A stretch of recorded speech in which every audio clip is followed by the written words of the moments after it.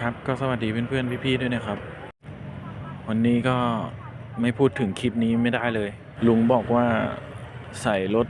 เก็บของเก่าไม่ทันเขาเลยบางคนก็ขับรถลุงใส่รถเก็บไม่ทันเขาเลยนี่แหละนะเพื่อนๆคนลำบากกว่าเราอ่ะมีเยอะนะครับตอนนี้ไม่อยากให้คนที่ท้ออยู่นะครับท้อขนาดคุณลุงนะครับเขายังสู้เลยนะครับดูขวดเขายังไม่เต็มตะกร้าสักตะกร้าเลยนะครับแต่ผมก็บอกคุณลุงนะครับว่าสู้ๆนะครับคุณลุงผมก็เลยบอกคุณลุงว่าให้สู้ๆนะครับ